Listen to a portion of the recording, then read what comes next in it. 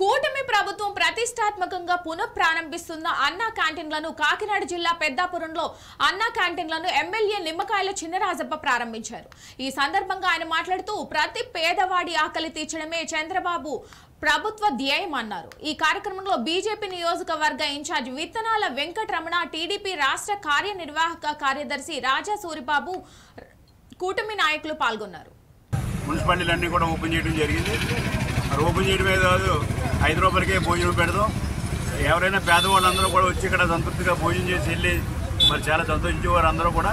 మరి అలాంటిది నిరాటంగా కొనసాగింది. చంద్రబాబు నాయుడు ముఖ్యమంత్రి ఉన్నారని చెప్పు తర్వాత జగన్మోహన్ రెడ్డి ముఖ్యమంత్రి అయిన తర్వాత అన్నా క్యాంటీన్ రద్దు చేయడం జరిగింది.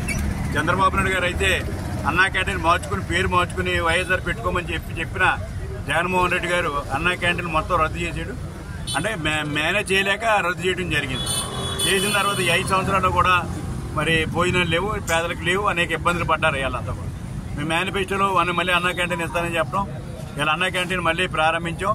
ఈరోజు చంద్రబాబు నాయుడు గారి నాయకత్వంలో చంద్రబాబు నాయుడు గారు ఓపెన్ చేసి ఇవాళ రాష్ట్రం అంతా కూడా ఇవాళ అన్నా క్యాంటీన్ ఓపెన్ చేయడం. అందులో ముఖ్యంగా బ్రేక్ఫాస్ట్ 5 రూపాయలకి 2 ఇడ్లీలు, పూరి, అలాగే భోజనం పొద్దున్న లంచ్, అలాగే సాయంత్రం డిన్నరు మెనూతో సహా ముందిచ్చి మంచి భోజనం, ఐదిక్ భోజనం మరి ఇవాళ ఇవ్వడం జరుగుతుంది. అంచేత ఇవాళ మీ అందరం కూడా సామర్లకోట పెద్దాపురం మా నియోజకవర్గంలో ఓపెన్ చేసాం. అందరూ కూడా వచ్చి పేదవాళ్ళు అందరూ వచ్చి భోజనం చేసి ఎలా సంతోషించవలసిందిగా కోరుతాం.